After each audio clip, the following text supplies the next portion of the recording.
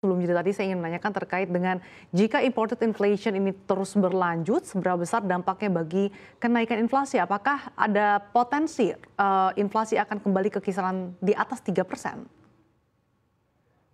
Saya tadi mengacu kepada diskusi yang tadi Mas Sudi angkat juga sepanjang misalnya faktor misalnya harga minyak kita masih on track dengan harga asumsi di APBN, mestinya dampaknya tidak akan terlalu terasa signifikan ataupun mengerek sampai ke 3%. Itu rasanya dalam kita melihat dalam 2 bulan, sisa 2 bulan dari akhir tahun 2023 ini, kami yakin pemerintah masih akan mati-matian mengendalikan inflasi tersebut secara bijaksana. Jadi mestinya jika memang tidak ada eskalasi yang memang sangat-sangat signifikan, kita melihat mungkin kalau misalnya akan ada inflasi besar tuh mungkin dalam bulan-bulan ini sudah ada isu yang akan mengerek misalnya apakah misal betul-betul gagal panen di beberapa negara atau misalnya dan sebagainya. Tetapi so far kita masih melihat tidak ada isu yang sangat signifikan yang mempengaruhi dampak jangka panjang, jangka pendek dalam 2 bulan ke depan. Jadi kami masih optimis dari pelaku usaha, si inflasi masih akan on track sesuai dengan target yang sudah ditetapkan pemerintah. Oke, namun sejumlah lembaga internasional memperkirakan jika perang antara Hamas Israel ini berkepanjangan, maka akan bisa mengerek harga minyak bahkan hingga kembali ke $100 per barel, Pak Anggana. Kalau faktor itu memang saat kita sendiri tidak dapat memprediksikan ya, justru kita memikirkan bagaimana Indonesia mengelola isu terhadap Palestina dan Israel tersebut gitu, dengan segala simpati terhadap tragedi kemanusiaan yang ada di sana. Kita harus betul-betul memerhatikan bagaimana sebetulnya kondusivitas dari kepercayaan dalam dan luar negeri terhadap penanggulangan isu ini. Karena justru faktor kepercayaan publik ini menjadi salah satu hal yang sangat penting, karena ada faktor kepastian investasi, ada faktor terkait dengan keberlangsungan dan keamanan pelaku usaha yang terkait dan terasosiasi dengan Israel dan sebagainya selama ini sedang cukup hangat. Tetapi saya berprasangka baik yang tadi seperti disampaikan Mas Sudi bahwa sebetulnya perang ini akan terlokalisir dan kami harapkan dunia betul-betul bergerak untuk menciptakan perdamaian di kawasan Israel dan Palestina sehingga tidak ada lagi dampak turunan lain apalagi dampak ekonomi yang dirasakan seluruh masyarakat Indonesia. Sasa. Oke, saya ingin minta pandangannya kepada Pak Zudi. Pak Zudi, jika perang antara Hamas dan Israel ini semakin meluas, bahkan berkepanjangan, dan kemudian jika worst scenario-nya mengganggu jalur perdagangan dari minyak yang mana sepertiga jalur arus lalu lintas global, seberapa besar dampaknya akan mengerek harga minyak? Apakah Anda juga sepakat dengan beberapa lembaga internasional yang memperkirakan harga minyak bisa terkerek hingga $100 per barel? Untuk tahun ini ya, untuk tahun 2023 saya tidak sepakat sih sebenarnya untuk kalau misalkan harga minyak bisa tembus sampai 100 USD per barel, karena faktor fundamentalnya lebih kuat dibandingkan faktor ininya ya, geopolitisnya. Karena di satu sisi kita ngelihat baru per hari ini kan juga data PMI China keluar, ternyata China kontraksi lagi PMI-nya sehingga konsumsi minyak global diperkirakan masih akan melemah.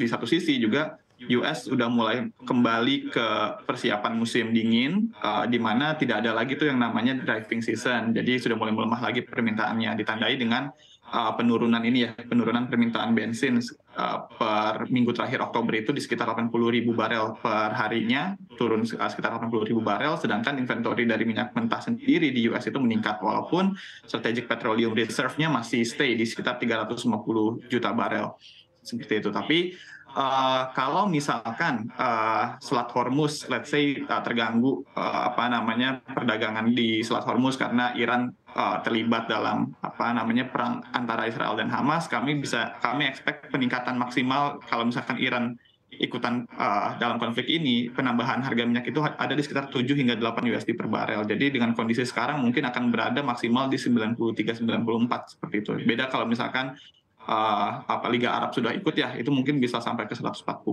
seperti itu, Mbak Sasha. Oke, jadi itu memang yang diwaspadai adalah keterlibatan negara-negara lain, utamanya bagi imbasnya melonjaknya harga minyak global. Namun dengan kekhawatiran ini, Pak Zudi, apakah hal ini juga akan mengulangi krisis minyak yang terjadi di tahun 1973? Apakah ada potensi ke arah sana?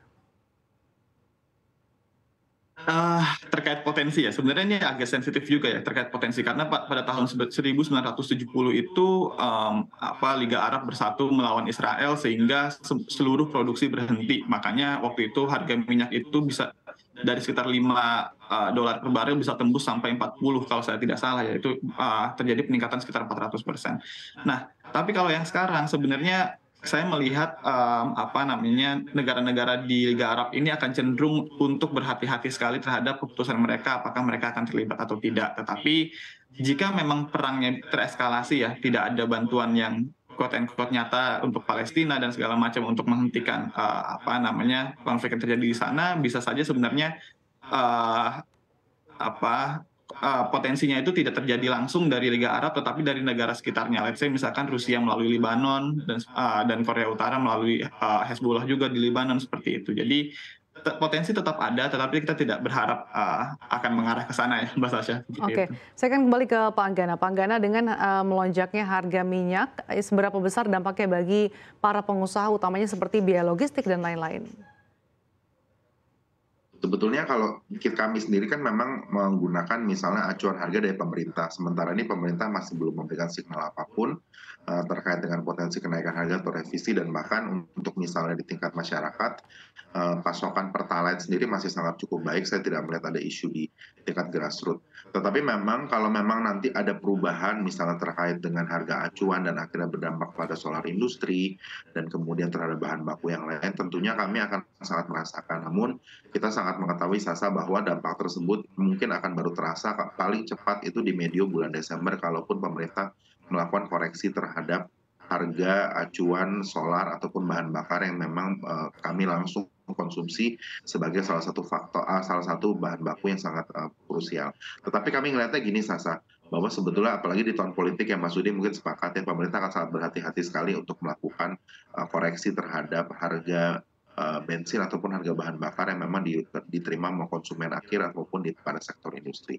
Jadi kami masih optimis ini tidak akan seburuk yang dibayangkan, tetapi kami berharap juga seluruh pihak dunia juga terus mengupayakan upaya perdamaian sehingga tidak ada potensi resiko terkait dengan lonjakan harga minyak dunia yang sangat-sangat mengkhawatirkan.